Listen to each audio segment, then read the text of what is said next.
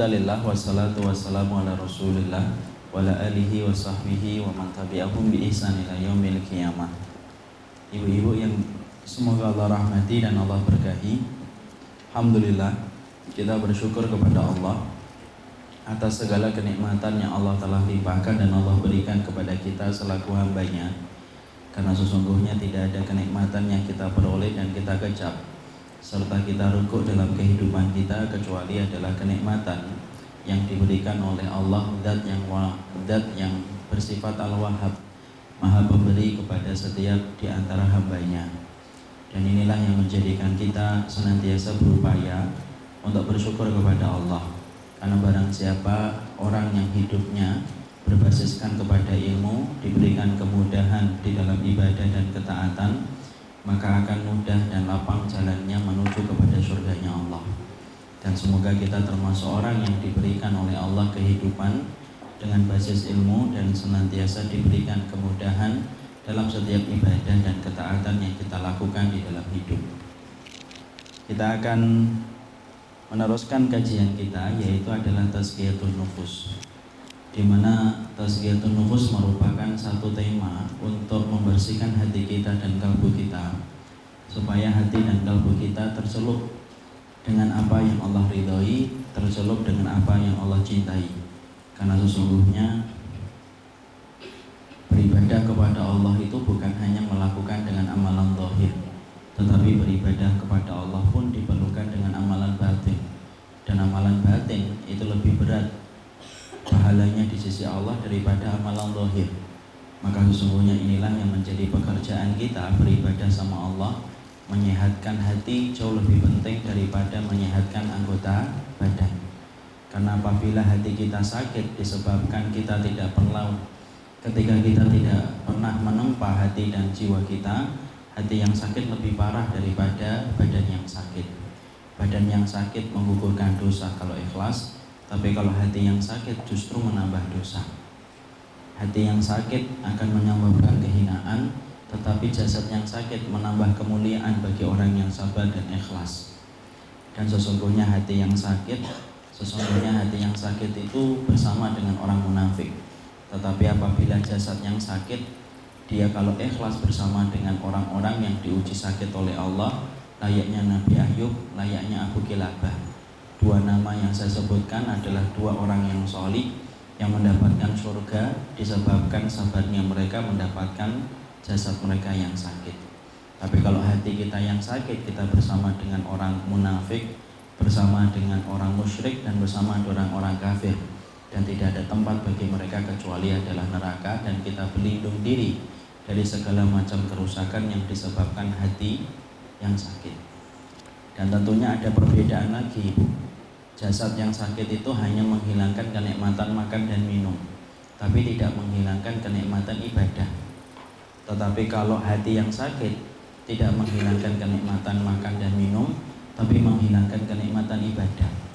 Makanya kalau ada orang yang dia hatinya sudah sakit, susah dia menikmati Quran, susah dia menikmati bacaan malamnya ketika dia tahajud, susah baginya untuk kemudian menjalani ketaatan. Kenapa? Hati yang sakit itu menjadikan segala ketaatan itu menjadi hambar. Tapi kalau jasad yang sakit, maka dia masih nikmat dalam beribadah. Cuma yang hilang kenikmatannya satu, makan menjadi hambar, minum terasa muak, tetapi hatinya tetap menikmati ketaatan ia kepada Allah. Inilah yang menjadikan kita mengerti, sungguh jasad yang sakit lebih ringan daripada hati yang sakit. Dan hati yang sakit salah satu sebabnya karena dia kurang menempa jiwanya, menempa kalbunya dengan proses pembersihan jiwa yang disebut tazkiyatun nufus. Dan inilah yang kita khawatirkan ketika hatiku dan hatimu tercelup di dalam penyakit, maka akan menjadikan rusak ibadah kita kepadanya. Maka kita akan teruskan kajian kita.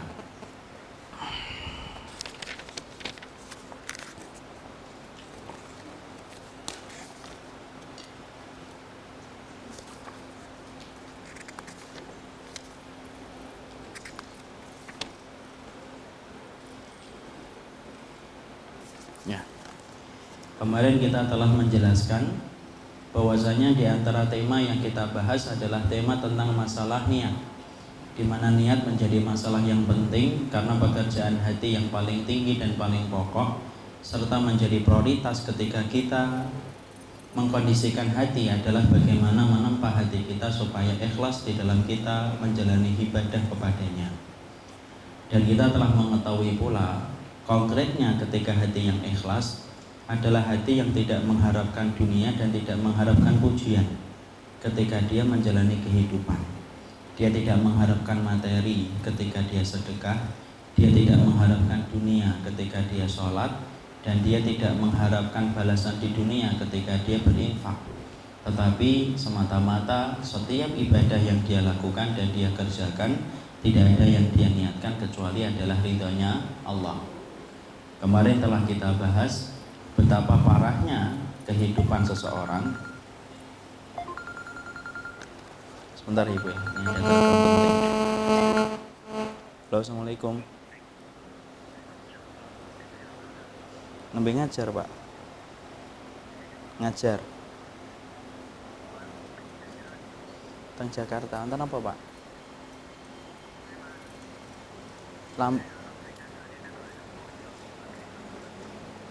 Oh nggih, niki bar niki langsung mangsul kula. Bar ngajar.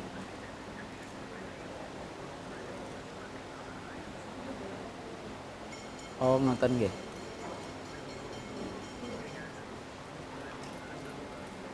Oh nggih.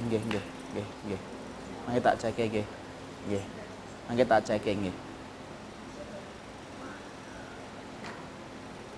Nggih, mangke tak cek nggih. Nggih.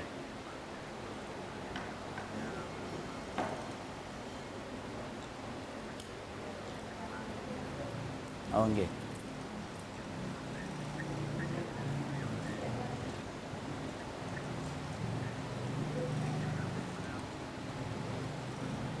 Nggih. Nggih ngoten nggih kula nambe ngajar nggih. Nggih.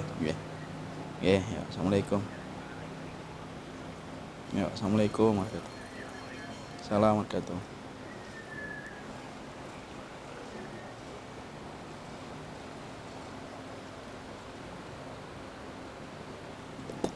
Bismillah. Afwan, ada telepon penting. Kita akan lanjutkan. Maka setelah kita mengetahui pada mukadimah yang pertama tentang kondisi hati yang ikhlas adalah hati yang mengharapkan ridhonya Allah, tidak mengharapkan dunia dan materi, karena ibadah itu tidak boleh dihargai dengan sekeping niatan dunia. Di mana banyak sekali masyarakat muslim yang hari ini ketika mereka belum mengetahui ini, banyak di antara kita yang menyelipkan niatan dunia ketika mereka beribadah.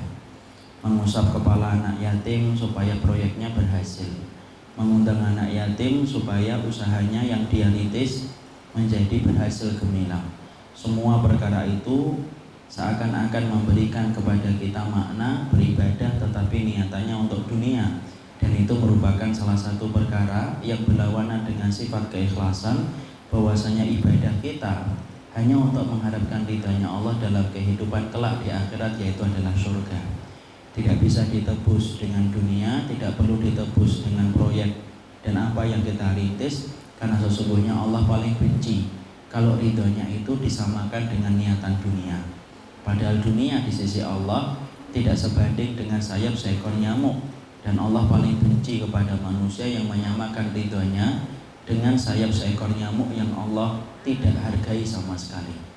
Inilah yang menjadikan kita mulai memperbaiki bahwasanya kehidupan yang kita lakukan dan kita kerjakan yaitu betul-betul adalah ibadah yang betul-betul mengharapkan ridhanya Allah dan tidak boleh untuk mengharapkan apapun selain dari keridhaan Allah. Maka kita buka pada halaman yang ke-17.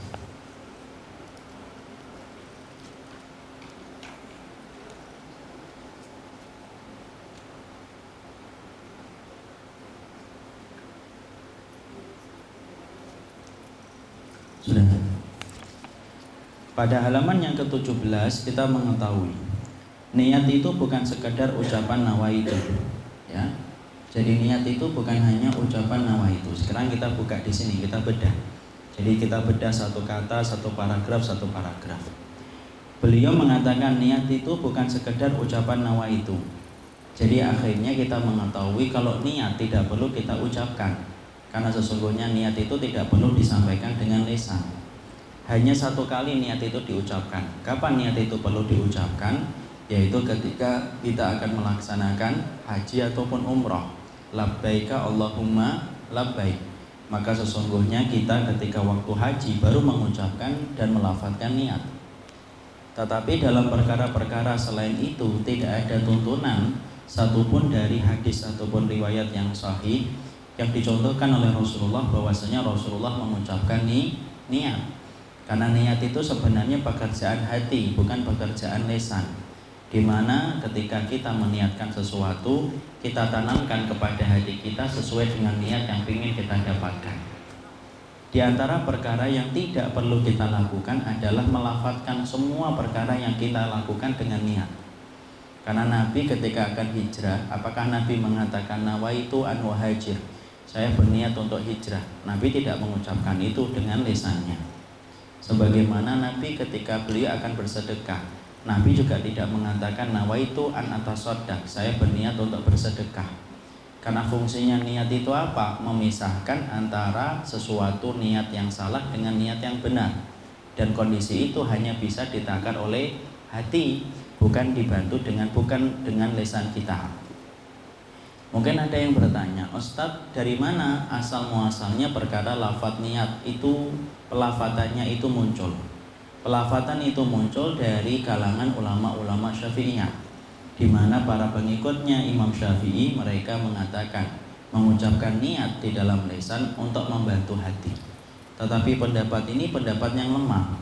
Maka sesungguhnya yang paling mulia bagi kita bahwasanya niat itu adalah anggota hati kita yang bicara, dan sesungguhnya cukuplah hati kita yang bicara ketika kita meniatkan atas ibadah yang kita lakukan. Jadi tidak perlu kita untuk memikirkan niat di dalam lisan, tapi yang terpenting niat yang kita miliki, apakah kita kerjakan untuk Allah ataukah selain Allah. Itulah yang penting di dalam penetapan niat.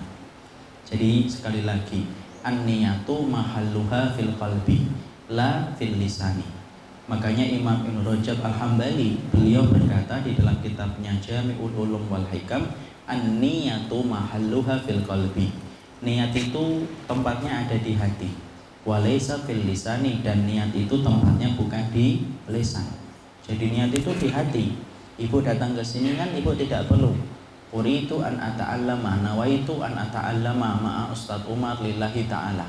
Saya berniat datang untuk belajar sama Ustadz Umar kitab Tazkiyatun Nufus karena Allah. Kan tidak perlu. Lagian juga pasti repot dan pasti tidak hafal doanya.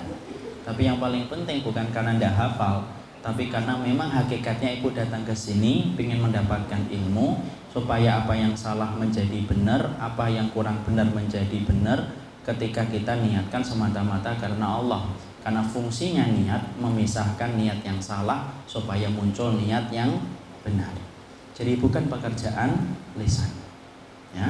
Tetapi kalau kita mendapati ada saudara-saudara kita yang masih ngotot untuk kemudian mereka menggunakan pelafatan niat dalam satu ibadah, sampaikan dengan cara yang lembut, sampaikan dengan cara yang baik, karena mungkin mereka belum mengetahui bagaimana hakikatnya. Tetapi kita berikan ruang toleransi bahwasanya itu memang diantara pendapatnya Syafi'iyah. Walaupun kita tetap yakin niat itu tidak perlu dilafatkan di dalam lisan, tapi niat itu yang paling penting, hatimu yang bicara, itulah niatmu yang sesungguhnya. Ya. Nah, sekarang di sini lalu kemudian beliau menyampaikan lebih dari itu, ia adalah dorongan hati seiring dengan futuh pembukaan dari Allah. Kadang-kadang ia mudah dicapai, kadang-kadang dia sulit untuk dicapai.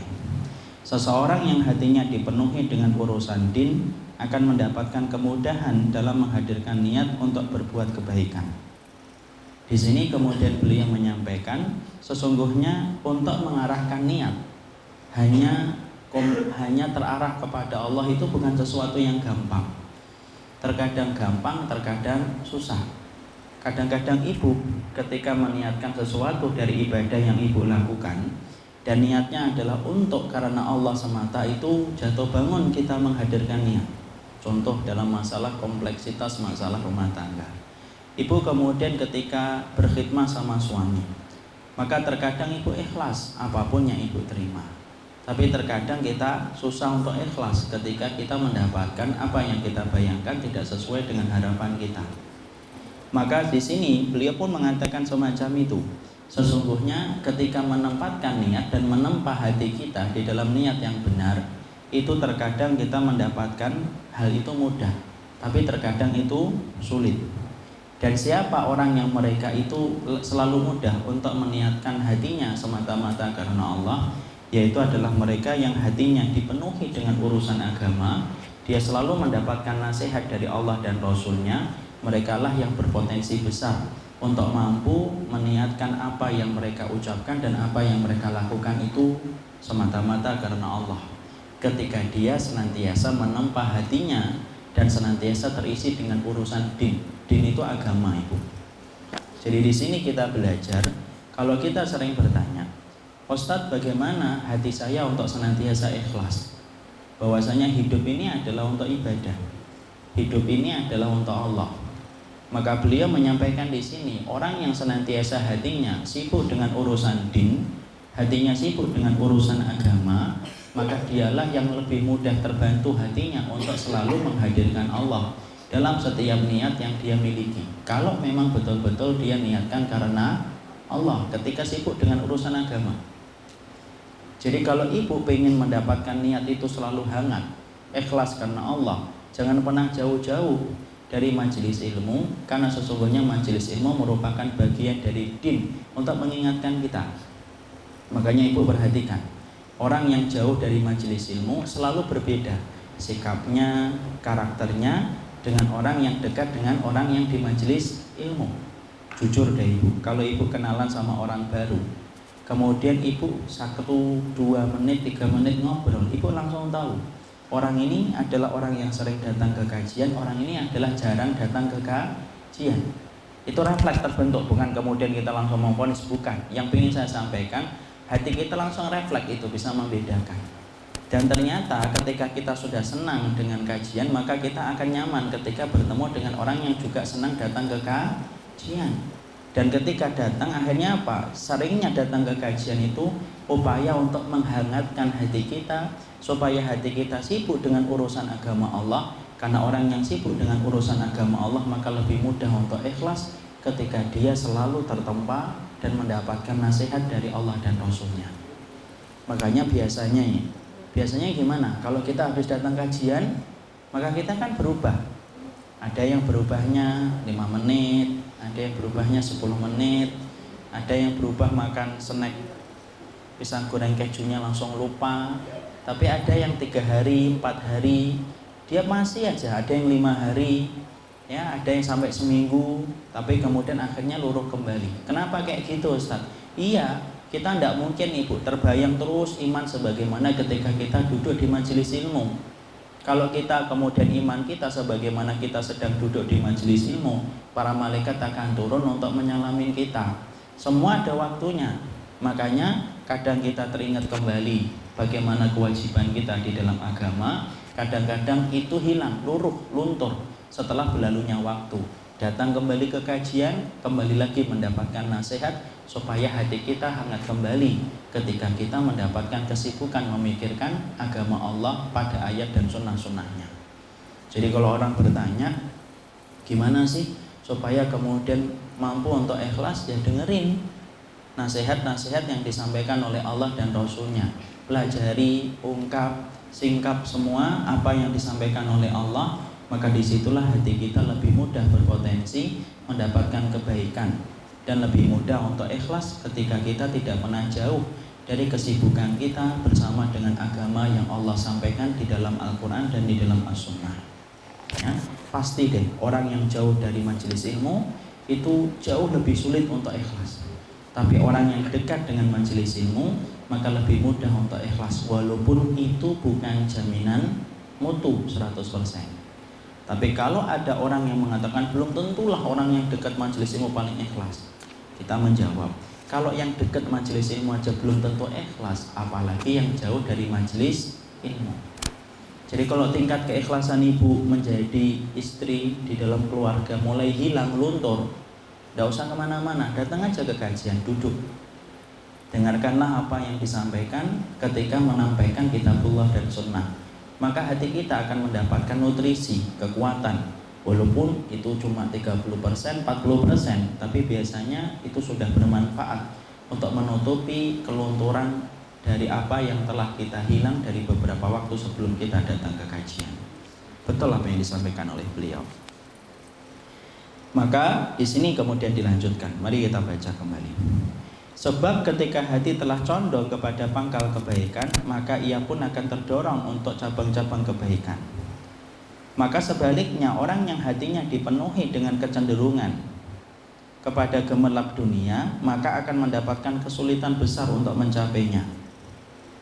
Beliau kemudian menyampaikan, kalau orang itu sebaliknya, dia orang yang tidak menyibukkan dirinya pada agama Allah, tapi dia menyibukkan dirinya datang pada gemerlap dunia. Dia datang kepada tempat-tempat yang riuh dan gaduh dalam urusan dunia. Maka orang yang datang ke tempat-tempat semacam itu yang menawarkan senyuman berlandaskan dari syahwat, maka orang semacam itu ketika kita berkumpul sulit untuk kita ikhlas.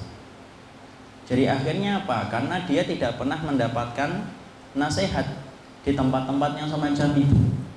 Makanya sang pengarang, sang penyusun buku ini mengatakan, siapapun yang sering datang ke tempat-tempat yang gemerlap dengan dunia, sulit akan menempa dirinya di dalam keikhlasan. Karena yang terbayang-bayang itu adalah urusan dunia dan urusan dunia.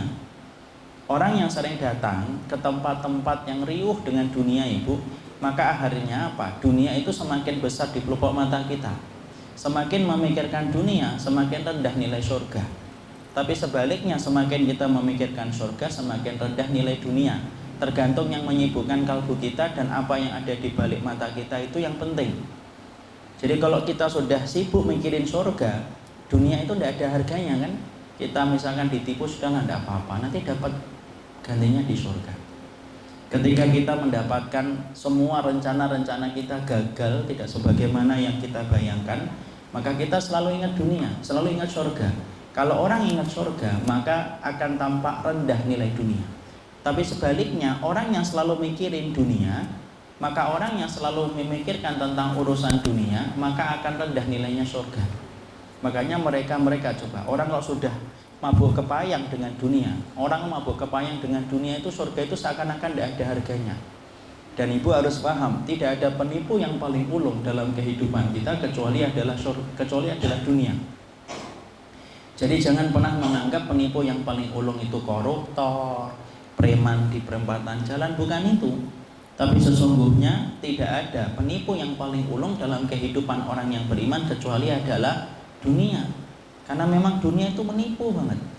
Dan itulah yang menjadikan akhirnya gagalnya kita dalam keikhlasan ketika selalu mengikuti arahnya dunia itu kemana.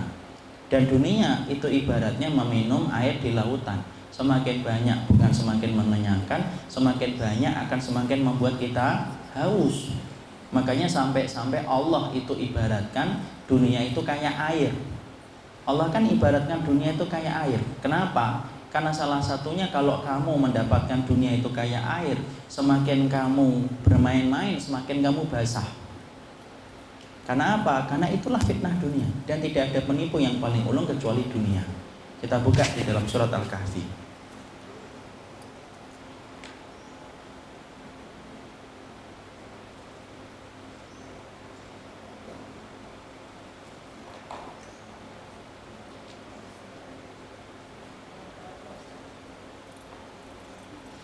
Ayat yang ke-45. Iya, dibaca yuk.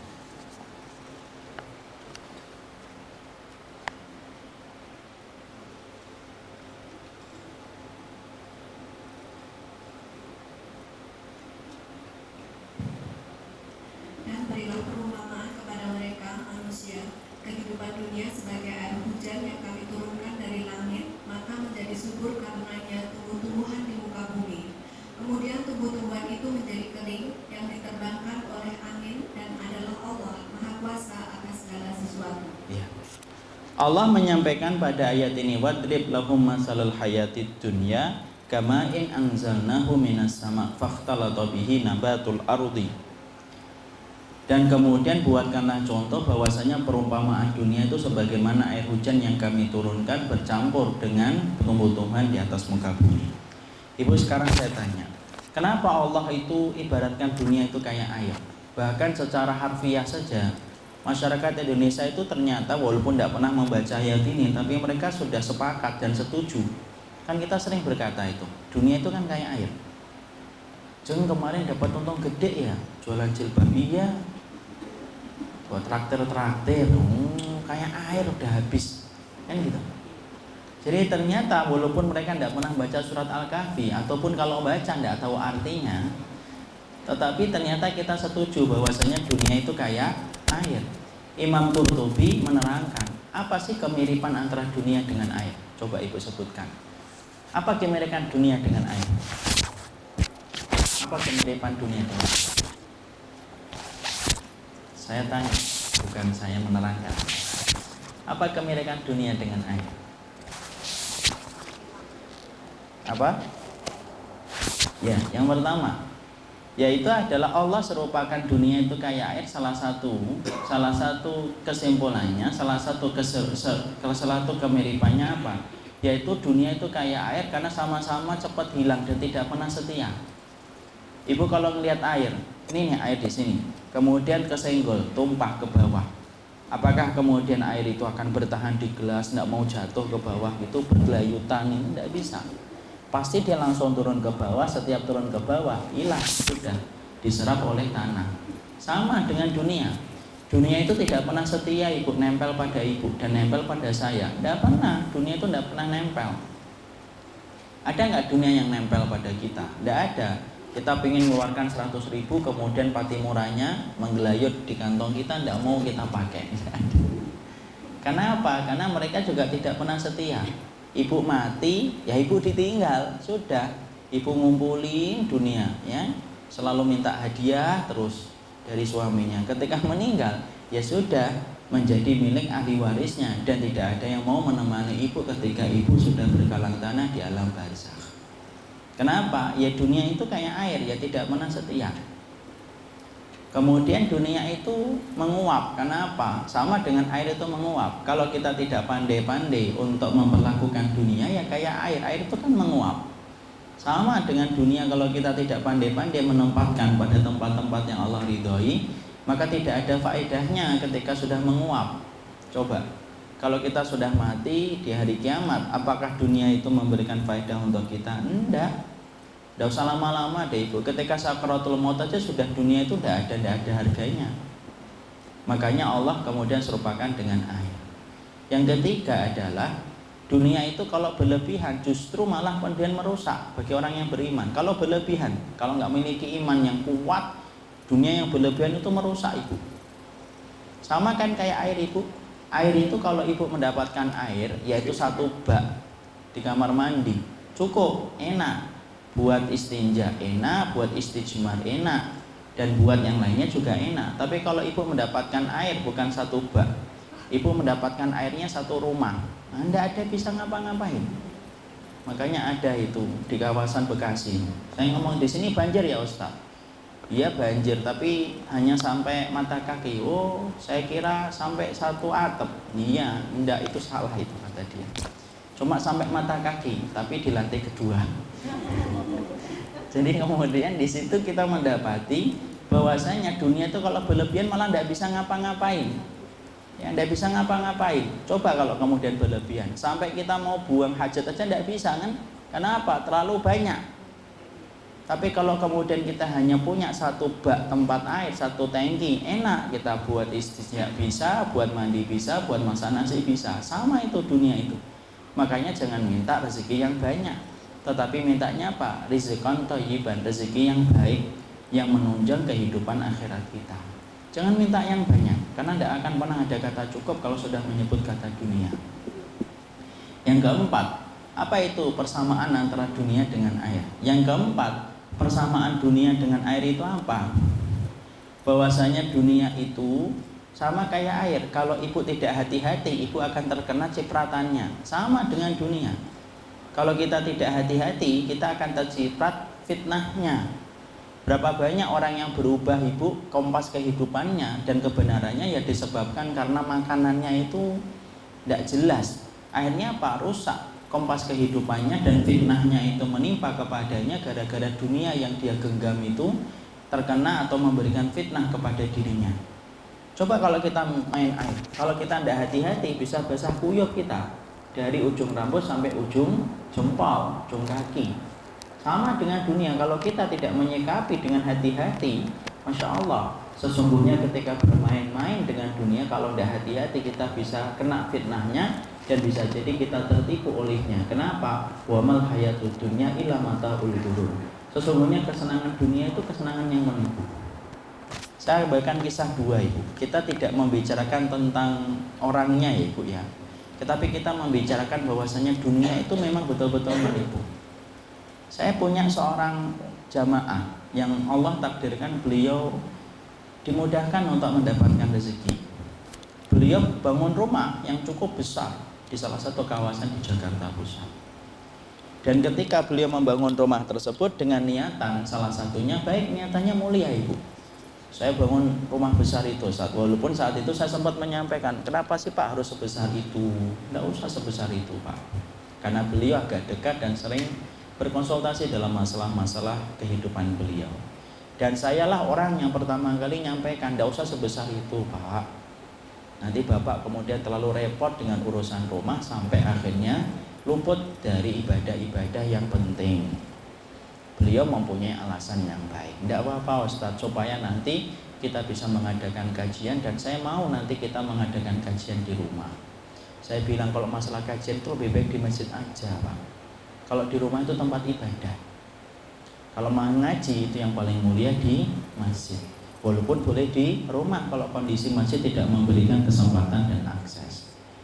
Tetapi beliau pengen punya, ya sudah, tidak apa-apa. Saya pengen ngadain kajian Ustaz, nanti Ustaz kajian di sini, nanti kalau ke Jakarta istirahat. Niatan baik insya Allah. Sampai beliau kemudian membangun rumah satu persatu, kemudian hampir selesai. Udah wanti-wanti tuh sama anak. Wanti-wanti sama anak, Ustaz ini mau selesai, nanti kajian perdana sama antum. Khair insya Allah, jauh-jauh hari sebelumnya tolong disampaikan Pak, supaya tidak tabrakan dengan jadwal yang lainnya. Insya Allah khair. Sampai kemudian tinggal beberapa hari ibu, rumah itu sudah mau jadi dan kemudian sudah mulai diisi dengan barang-barang. Beliau bersama istrinya sudah membeli barang-barang dan qadarullah belum punya keturunan. Beliau pergilah ke Makassar, pergi ke Makassar, dan ternyata di Makassar beliau mendapatkan serangan jantung dan akhirnya beliau meninggal dunia di Makassar dan belum pernah menempati rumah yang beliau bangun dengan susah payah. Kita tidak membicarakan beliau karena insya Allah niatnya baik.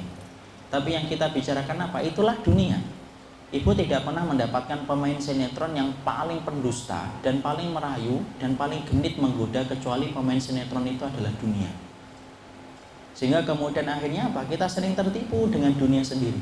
Coba ibu, dunia dan setan itu mereka berkoalisi untuk kemudian selalu menghambat jalan kita menuju kepada surga. Setan dan dunia itu berkoalisi. Dan mereka setia dan tidak pernah bercerai. Sesuatu yang tidak pernah bercerai dalam kehidupan orang yang beriman itu apa? Koalisi antara setan dengan dunia itu koalisi sejati dan koalisi cinta yang romantis. Itu koalisi setan dengan koalisi dunia. Makanya mereka menghambat kita terus.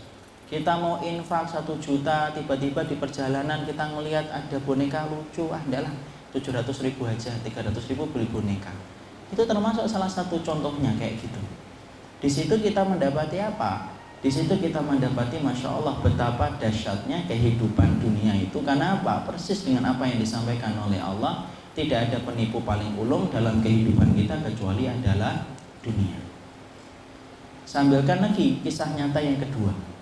Kisah nyata yang kedua, saya punya seorang saudara. Ketika beliau itu sampai menderita sakit yang cukup berat, yaitu kanker paru-paru. Maka kemudian ketika sakitnya semakin berat, dan beliau itu punya rumah yang cukup besar. Untuk ukuran seseorang yang seorang diri itu bahwasanya itu terlalu besar itu. Ya. dan beliau belum punya istri dan tidak punya keturunan. Maka saya ketika ditakdirkan untuk berkunjung menjenguk beliau, saya mendapati beliau, menjenguk beliau, dan saya dapati beliau. Saya memberanikan diri untuk ngomong. Ya artinya saya manggilnya Lek, paman. Ini kan sakitnya semakin berat. Terus kemudian belum punya istri, belum punya anak. Maka saya menyampaikan kepada beliau, gini aja gimana? Ini rumah dijual, yang besar ini nanti kita ganti dengan rumah yang kecil. Sisanya kita pakai untuk membangun kelas-kelas di pondok. Karena apa? Selama kelas itu dipakai, maka selama itu pula akan mengalir pahala untuk paman. Karena apa? Karena itu menggantikan tangan-tangan manis dari seorang wanita yang biasa mendoakan seorang suami ketika meninggal dunia, dan menggantikan tangan-tangan mungil anak-anak kita yang tidak mendoakan kita kalau kita belum punya keturunan. Maka saya menata pelan-pelan dan saya sudah minta sama Allah supaya kata-kata ini sampai kepada hatinya beliau. Ibu tahu jawaban beliau apa? Beliau sambil ngeliatin itu. Ya, dan beliau itu punya kamarnya cukup besar. Dari semua rumah besar itu yang dia pakai hanya satu kamar aja saja. Laki-laki, Ibu. Laki-laki kan tidak bisa ngatur rumah. Ya paling membersihkan bisa, ngepel bisa, nyapu bisa. Tapi ngatur rumah, ratunya itu wanita, itu tidak bisa kemudian kita nafikan. Maka kemudian yang ngeliatin begitu. Lalu kemudian beliau komentarnya singkat. Udahlah nak, biarkan aja. Ini pemberian dari bapak dan ibu, saya bawa sampai mati. Karena kalau kita orang Jawa, Ibu, kita tidak boleh nyalain. Orang Jawa itu selalu berprasangka bahwasanya peninggalan orang tua itu adalah peninggalan yang harus kita rawat sampai kita mati. Itu keyakinan, walaupun kurang benar. Nah, saya mencoba untuk menyampaikan kembali kepada beliau, Lek, paman, kalau ingin berbakti sama mbah, ingin berbakti sama bapak dan ibu, caranya bukan dengan kita mempertahankan rumahnya, tapi caranya dijual saja, tapi bermanfaat untuk kita. Justru itulah yang lebih bermanfaat. Kalau kemudian bapak dan ibu kita mendapati rumah ini sudah tidak ada, mereka sudah berpindah ke alam barzah kok. Dan saya yakin bapak ibu juga tidak ngurusin rumah karena mereka sudah pindah ke alam dunia yang lainnya. Tapi keyakinan itu ya karena beliau sudah mendapatkan dari kecil, yang tidak bisa kita merubah dengan instan kan. Intinya beliau menolak. Ternyata tidak butuh waktu yang terlalu lama, ternyata Allah menakdirkan bahwasanya paman saya ini kemudian akhirnya beliau meninggal dunia. Insyaallah. Dalam keadaan tidak ada istri, tidak ada keturunan. Rumah itu yang besar itu akhirnya apa, Ibu? Rumah yang besar itu akhirnya menjadi apa? Menjadi warisan. Diwariskan kepada kakak-kakaknya, adik-adiknya. Di mana saya tahu. Tidak semua kakak-kakaknya cocok dengan beliau, tidak semua kakak-kakak dan adiknya itu sependapat dengan beliau. Tapi yang namanya kakak, namanya adik kandung, dapat warisan atau tidak? Dapat, walaupun kemudian dia tidak sependapat. Karena apa? Paman ini tidak punya istri, tidak punya anak. Akhirnya apa? Jatuh ke kakak dan adik. Padahal yang dihisap atas harta itu, walaupun dikasihkan ke orang lain, yang dihisap siapa? Yang meninggal itu. Disitulah kita akhirnya, oh ya Allah, saya insya Allah menghormati beliau dengan apa yang beliau pilih, bahwasanya beliau itu ingin menghormati apa yang ditinggalkan orang tuanya. Tapi pelajaran yang ingin saya ambil dari kisah yang pertama dan kisah yang kedua itu apa? Itulah yang kita dapatkan. Wa mal hayatud dunya illa mataul ghurur. Kamu akan dapati sebuah penipu yang paling ulung dalam kehidupan kita, dan itu adalah dunia, penipu yang paling ulung dalam kehidupan kita. Makanya menjadikan kita akhirnya paham. Orang yang sudah terikat dengan hiruk pikuk dunia terus, akhirnya apa? Lemah komitmennya kepada perjuangan. Lihat aja Ibu, tidak usah jauh-jauh. Santri, kalau kemudian yang dilihat itu, misalkan santri yang dilihat itu adalah tayangan-tayangan dunia terus, cita-citanya pasti rendah. Cita-citanya pasti dunia saja. Tapi kalau kemudian santri selalu ikut kepada kebaikan, berjuang kepada orang yang berjuang, selalu cita-citanya tinggi untuk menegakkan agama Allah. Kenapa? Hati kita akan tersibukkan dengan apa yang ada di sekitar kita. Makanya kalau ibu bersama dengan orang yang selalu ngomong dunia terus, walaupun kita kadang-kadang bersama mereka untuk menjaga komunikasi, hati-hati. tidak ada pertahanan yang paling ibu jaga saat itu kecuali apa? Hatinya ibu. Kalau tidak, ibu akan melihat pesona dunia yang dia bawa beda dengan pesona dunia yang ibu miliki. Ibu akan tertarik. Ibu kemudian lihat pertama kali apa? Sepatunya. Ibu ngeliat apa? Tasnya. Ya kan? Akhirnya kemudian kalau kita tidak kuat, ya akhirnya kemudian kita jatuh. Hilang itu keinginan kita untuk beribadah kepada Allah, keinginan kita berganti hanya untuk menggenggam dunia itu saja. Ya, makanya betul yang disampaikan oleh beliau. Sebaliknya, orang yang hatinya dipenuhi dengan kecenderungan kepada gemerlap dunia, maka dia mendapatkan kesulitan untuk mencapai keikhlasan hati. Ya, bahkan dalam mengerjakan yang wajib, untuk menghadirkan niat dengan baik dia bersusah payah. Bahkan hanya untuk kemudian dalam perkara yang wajib dia itu bersusah payah kalau sudah dengan nilai dunia, orang yang sudah gemerlap dengan dunia. Contohnya gimana Ibu? Nah, kita ambilkan contoh. Jadi Masya Allah ya, setiap kata-kata yang disampaikan beliau itu semuanya mutiara. Bahkan kalau kita sudah akrab dengan orang yang menjadi pecinta dunia, kalau dalam bahasa Arabnya muhibbud dunia, orang yang sudah dekat dengan orang yang cinta dunia, bahkan kita itu sampai terkena polusinya. Sampai-sampai dalam ibadah yang wajib pun kita akhirnya susah untuk menghadirkan niat. Contoh, ibu sama orang yang sudah meremehkan tentang agama, senengnya tentang dunia sini, nengok sana, dunia sini, nengok sana, dunia sana. Sampai-sampai ketika ibu mengatakan, saya mau sholat nih azan, maka ibu akan sulit. Kenapa? Nggak enak, sungkan, dia kan lebih kaya daripada saya. Dia kan jabatannya lebih tinggi, mosok sih saya memerintahkan mobil berhenti, wong dia yang kemudian yang ngajak saya. Tuh, sampai urusan kita akan mengatakan sesuatu pun menjadi sangat susah.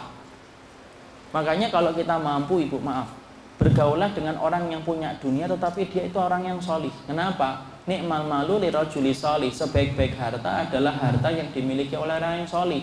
Kita akan mendapatkan kebaikan darinya ketika tertular dengan kebaikan. Tapi kalau kita berkumpul dengan orang yang sudah gemerlap dengan dunia dan dia tidak paham agama, dan selalu dari tutur katanya selalu mendewa-dewakan dan mengagung-agungkan dunia, maka maaf, jangan terlalu sering bepergian bersama mereka, karena bepergian bersama mereka akan melibatkan kita kepada sesuatu yang buruk. Bahkan menghadirkan niat untuk beribadah yang wajib pun susah. Bahkan berniat untuk beribadah yang wajib pun susah. Jadi sampai kita mengatakan begini, tidak mampu kita. Kenapa? Dia lebih kaya daripada saya. Akan mengatakan gini sudah sulit, dia lebih terhormat kedudukannya daripada saya. Akan mengatakan ini ilmunya, bahkan hanya kita ingin untuk menyampaikan apa yang kita yakini pun jadi susah. Kenapa? Kehormatan dia atau statusnya dia, jabatannya lebih tinggi daripada jabatan saya. Tuh, akhirnya jadi semuanya menjadi keluh ketika kita banyak berdampingan dengan orang-orang yang menjadi pecinta dunia tapi tidak tersentuh dengan ilmu. Dan ada satu kaidah penting yang harus kita pahami. Kaidah penting itu apa? Su'ul khuluqi yu'ti. Su'ul khuluqi yu'ti artinya apa? Penyakit buruk itu selalu nular itu. Jadi kalau ada orang yang sampai punya penyakit buruk, ingat-ingat ya, penyakit buruk itu nular. Su'ul khuluqi yu'ti. Jadi makanya kalau kemudian kita mendapati ada sebuah penyakit buruk, maka kemudian hindari betul, bentengi betul. Karena sesungguhnya yang pertama kali akan menjadi korban itu kondisi hati kita ketika bersama mereka, ketika mereka tidak memahami agama dan larut terus dengan urusan dunia. Biasanya orang yang bertobat, kenapa orang yang bertobat banyak yang gagal? Ya karena sulitnya dia menghilangkan atau sulitnya dia untuk mencari komunitas, untuk mengganti komunitas yang sebelumnya. Disebabkan apa? Ya karena masih tertarik dengan dunia dan dunia. Makanya sekali lagi saya katakan kepada diri Anda sendiri dan kepada ibu masing-masing, tidak ada penipu yang paling ulung dalam kehidupan kita kecuali adalah dunia. Sekarang kita bahas. Kita buka pada halaman yang ke-18.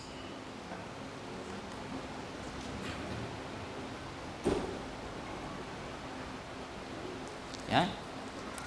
Pada halaman yang ke-18 kita baca, Umar bin Khattab radhiyallahu anhu meriwayatkan. Umar bin Khattab radhiyallahu anhu meriwayatkan bahwasanya Rasulullah sallallahu alaihi wasallam bersabda, "Innamal a'malu binniyati wa innamal likulli imri'in ma nawa. Faman kanat hijratuhu ilallahi wa rasulihi fa hijratuhu ilallahi wa rasulihi. Wa man kanat hijratuhu ila dunya yusibuha aw imra'atin yankihuha fa hijratuhu ila ma hajara ilaihi."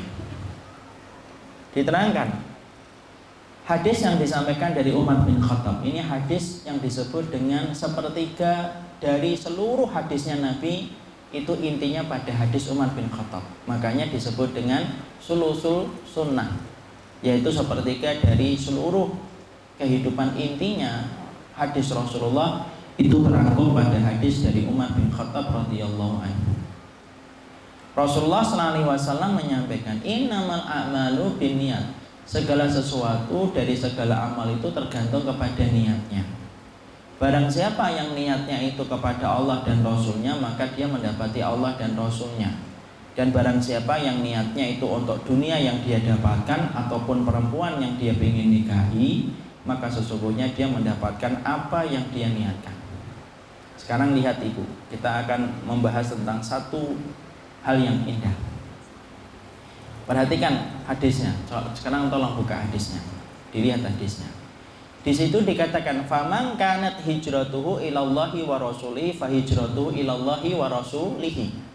Nabi menyebut kata Allah 2 kali dan Nabi menyebut kata Rasul 2 kali. Berapa? 2 kali kan? Barang siapa yang hijrahnya untuk Allah dan Rasulnya, maka dia akan mendapati Allah dan Rasulnya. Kenapa disebut 2 kali di dalam hadis itu? Karena sesungguhnya tidak ada keberuntungan orang yang apabila perbuatannya dan perkataannya hanya untuk Allah dan Rasulnya, pasti dia akan dapetin Allah dan Rasulnya, dan itulah keberuntungan yang paling besar. Tapi perhatikan Ibu, ketika Allah menyebut kata apa itu dunia, dan Allah menyebut kata imro'ah itu perempuan. Ketika Allah menyebut kata dunia dan wanita pada hadis ini, Allah cuma sebutkan sekali. Rasulullah cuma menyebutkan sekali. Barang siapa orang yang cari dunia ataupun cari perempuan, ya dapatnya itu.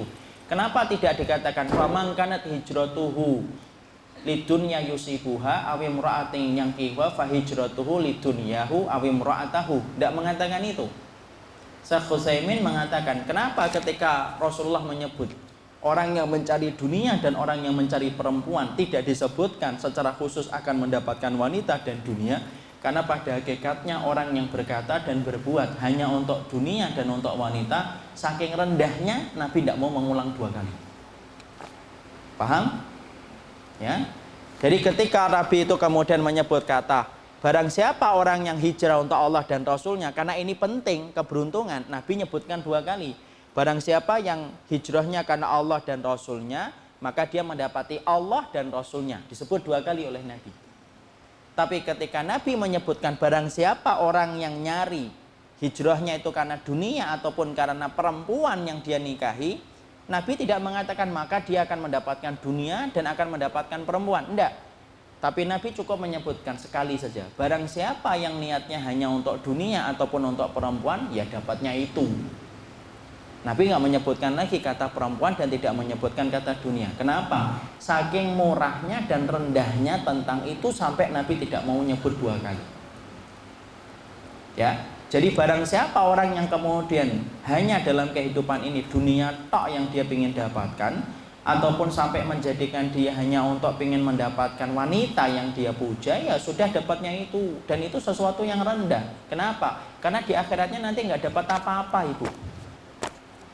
Dapat apa-apa, sudah tertukar dengan balasan di dunia. Ingat loh, balasan itu ada 2.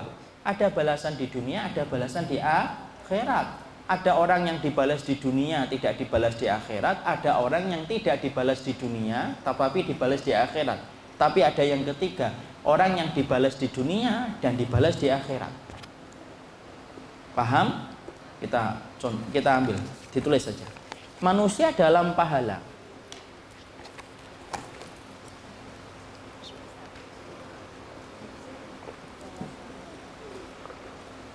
Manusia dalam pahala. Ada yang diberi Ada yang diganti oleh Allah di dunia, diganti oleh Allah di akhirat. Ini orang yang beruntung.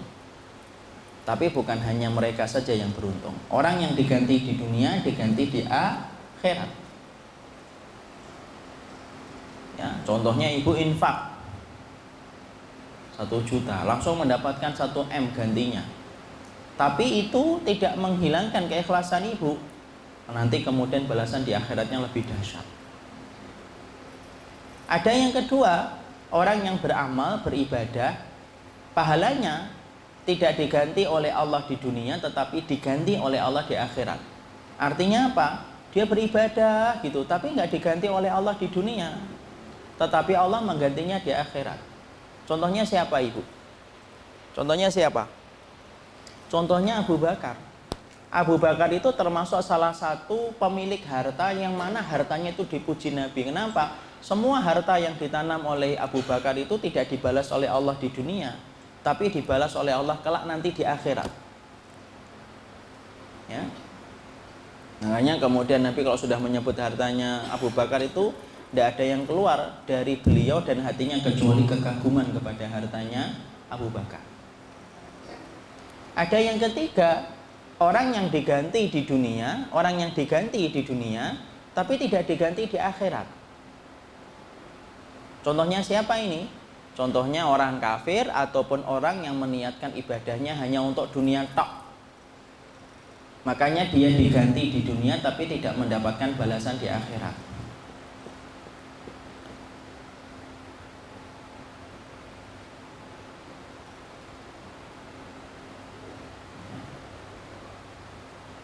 Jadi ada orang yang mereka yang ketiga, dia beramal, ya, diganti oleh tadi apa yang ketiga? Diganti di dunia tapi tidak diganti di akhirat. Dia diganti di dunia. Contohnya ada orang yang kemudian dia itu pingin hanya dapat dunia tok. Kalau diomongin tidak boleh ibadah untuk dunia, apa-apa, yang penting saya kaya aja. Masalah nanti di akhirat nggak perlu saya. Mungkin dia mendapatkan dunia, diganti oleh Allah di dunia, tapi jelas di akhiratnya nggak dapat apa-apa. Dan yang paling parah itu apa? Yang keempat, nggak diganti di dunia, nggak diganti di akhirat. Ya, ibadahnya ndak ikhlas, bukan karena Allah, berantakan niatnya, berantakan tujuannya, ndak diganti di dunia, nggak diganti di akhirat. Akhirnya apa? Nggak dapat apa-apa. Di dunianya belum tentu dapat, di akhiratnya juga nggak dapat apa-apa. Nah, itu kemudian menjadi orang yang paling merugi. Pilihan bagi orang yang beriman itu yang mana? Yang kedua atau yang ketiga? Yang pertama atau yang kedua? Diganti di dunia, diganti di akhirat. Kalaupun nggak dapat, maka kalaupun ibu nggak diganti di dunia, maka pasti ibu akan mendapatkan ganti di akhirat. Sudah itu. Berarti ada yang sia-sia? Tidak ada yang sia-sia. Jadi ibu misalkan infak 300 juta, kok nggak dapat itu, kemudian 21 miliar, karena 700 kali lipatnya. Bukan berarti kemudian ibu langsung sedih, putus asa, enggak. Berarti Allah menggantinya untuk ibu nanti di akhirat. Dan orang yang diganti di akhirat itu enak. Kenapa? Berarti kemudian betul-betul nanti ketika mendapatkannya itu betul-betul nikmat, karena sudah menunggu dengan lama. Contoh gampangnya, ibu sekali sama-sama minum. Saya ini minum nih, 1 gelas dari tadi tidak habis-habis nih. Ya. Kenapa? Ya karena kemudian saya sudah minum sebelumnya, makanya tidak terlalu butuh minum. Coba kalau kemudian saya minumnya ini nanti jam 6 ketika saya puasa, misalkan hari Senin ini saya puasa. Apa yang terjadi? Kalau saya betul-betul puasa, mungkin tidak usah nunggu, 5 menit juga sudah butuh 3 gelas. Kenapa? Nikmatnya terasa. Kadang-kadang Allah itu menahan ibu, Allah tahan berbagai macam pahala yang pingin kita dapatkan. Kenapa sih Allah tahan untuk kita tidak dikasihkan di dunia? Karena Allah memerintahkan kamu tunggu sebentar, nanti di akhiratnya kamu akan merasakan nikmatnya. Makanya Masya Allah, itulah yang menjadikan kita paham kenapa sih orang yang beriman itu kok ujiannya banyak, tidak selesai-selesai. Kan? Karena saya pernah ditanya, Ustadz, kenapa ya ujian orang yang beriman itu banyak? Loh, dengan Allah memberikan ujian itu, pertama, supaya dia itu paham dunia itu bukan tempat yang nyaman.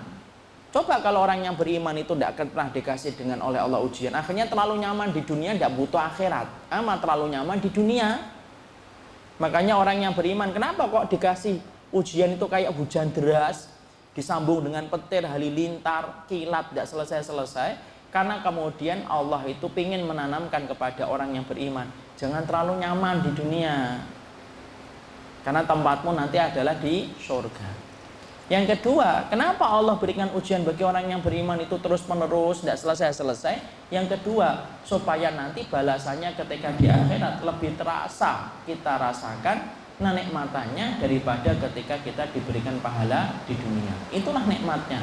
Mengapa orang yang beriman, mereka akhirnya diberikan ujian yang besar, karena Allah berikan gantinya nanti di akhirat. Ya. Jadi disitulah kita memahami. Itulah yang menjadikan akhirnya Nabi mengingatkan kita, perhatikanlah niat, karena sesungguhnya niat itu merupakan perkara yang sangat mahal kedudukannya di sisi Allah. Dan Allah itu paling benci kalau hati kita bercabang. Ya. Jadi kalau hati kita kemudian sampai tidak ikhlas, itu hakikatnya hati kita bercabang. Dan Allah paling benci kepada hati yang bercabang, meniatkan Allah dan meniatkan selain Allah dari setiap perkataan dan perbuatan. Kemudian kita baca, Imam Syafi'i berkata, hadis ini merupakan sepertiga dari ilmu. Nah, tadi saya katakan kan, hadis itu intinya ada berapa Ibu? Saya pernah nyampaikan enggak? Hadis-hadis yang disampaikan oleh Rasulullah SAW itu intinya ada 3 hadis. Hadis yang pertama, hadis Umar bin Khattab masalah niat. Mau ditulis? Sudah atau belum? Belum ya, sudah ditulis. Hadis-hadis yang kemudian datang dari Rasulullah, hadis yang datang dari Rasulullah itu intinya ada 3 hadis.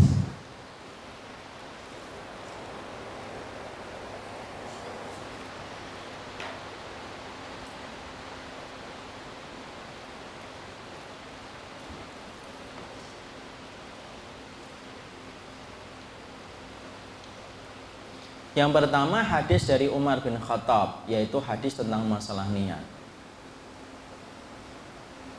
Hadis dari Umar bin Khattab yaitu hadis masalah niat.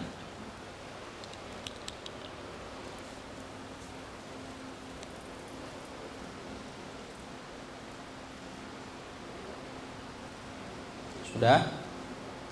Yang kedua, hadis dari Aisyah radhiyallahu anha, hadis masalah ittiba.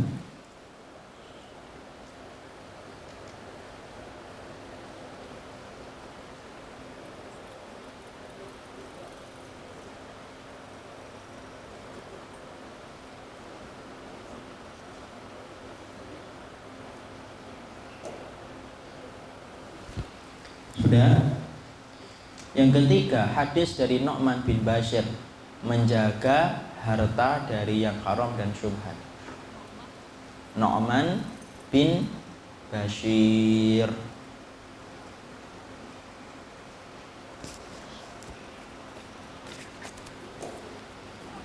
Hadis menjaga harta dari yang haram ataupun syubhat.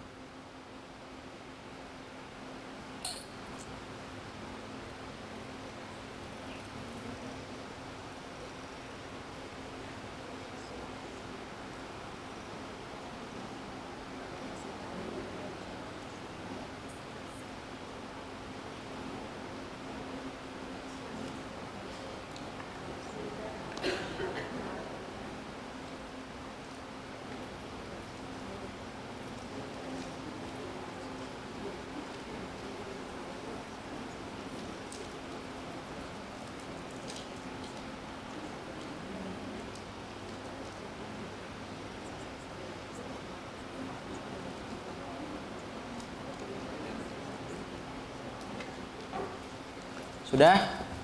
Ya. Maka hadis ini disebut dengan hadis yang disebut dengan sepertiga ilmu. Karena apa? Karena kebesaran kandungan yang dimiliki di dalam hadis yang disampaikan oleh Umar bin Khattab, yaitu hadis masalah niat. Ya. Kalimat hanya saja amal itu tergantung niatnya. Berarti baiknya amal yang dikerjakan sesuai dengan sunnah itu tergantung kepada kebaikan niatnya. Jadi artinya segala sesuatu tergantung kepada niatnya, artinya adalah segala sesuatu perbuatan tergantung kepada niatnya. Makanya akhirnya kita mengetahui, Ibu, urusan yang pertama kali dihisap oleh Allah dalam urusan kita nanti pada waktu di akhirat itu urusan apa dulu yang akan dilihat oleh Allah? Urusan ilmu kita dulu. Urusan ilmu kita dulu. Kalau ilmu kita sudah merujuk kepada Nabi, baru ditimbang ikhlasnya. Makanya kemudian dari kemudian Malik bin Anas berkata, inna hadzal ilm lahmuka wa damuka wa anhu tus'alu yaumil qiyamah. Makanya dikatakan oleh Malik bin Anas, persoalan ilmu itu apa? Qala Allah, qala Rasul, perkataan Allah dan Rasul. Itu persoalan yang ibaratnya kayak darah dan daging kamu, itu penting banget. Wa anhu tus'alu yaumil qiyamah, dan itulah pertama kali yang akan ditanyakan oleh Allah. Kenapa Allah bertanya dulu tentang ilmu kita dulu? Karena kalau ilmu kita sudah benar sebagaimana Nabi, baru ditimbang ikhlasnya seberapa. Tapi kalau ilmu kita sudah tidak mirip dengan Nabi dan tidak sesuai dengan Rasul, ya tidak perlu ditimbang. Mau ikhlas atau tidak ikhlas sudah rusak. Ya? Makanya kemudian akhirnya apa? Orang itu ketika akan ditimbang, pertama kali mereka menyesal itu apa? Mereka menyesal itu pertama kali ternyata mereka salah. Loh, hidupnya saya dulu tidak ngikutin Rasul. Itulah penyesalan ketika orang akan ditimbang.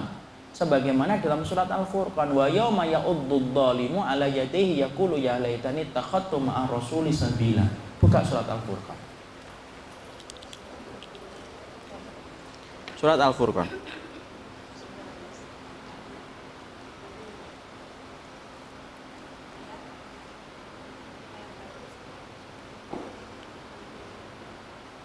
Sudah?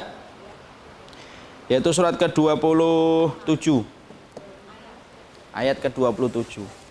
Surat Al-Furqan, suratnya surat ke-25. Surat ke-25 ayat yang ke-27, 25-27. Sekali-kali pakai bahasa Inggris. Cuma 25-nya doang ya. Enggak usah dilanjutin.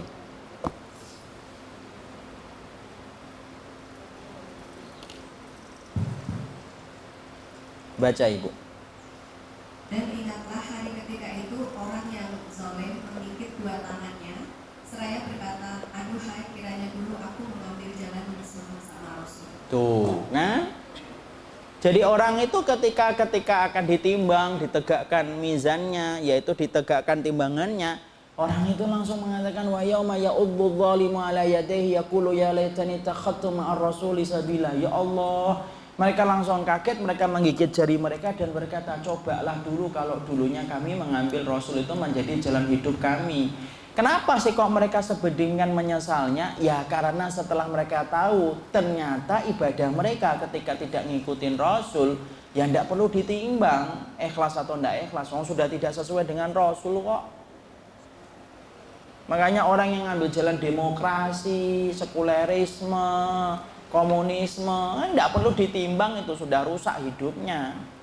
Kenapa? Sudah tidak sesuai dengan apa yang disampaikan oleh Rasulullah Sallallahu Alaihi Wasallam. Orang yang ngambil tradisi, orang yang kemudian ngambil kebanyakan manusia, gimana manusia kebanyakan aja deh, saya ngikutin mereka aja, saya tidak mau aneh-aneh, tidak mau macam-macam. Kalau sudah semacam itu, ya tidak perlu ditimbang. Kenapa? Pokoknya sudah rusak. Ngapain ditimbang kalau kemudian pokoknya sudah rusak? Ibu misalkan kemudian ada susu nih, susu, ya. Ibu kemudian akan meminumnya dengan syarat ketika susu itu manis. Dengan syarat ketika susu itu manis. Saya akan minum susu itu nih, kalau kemudian manis.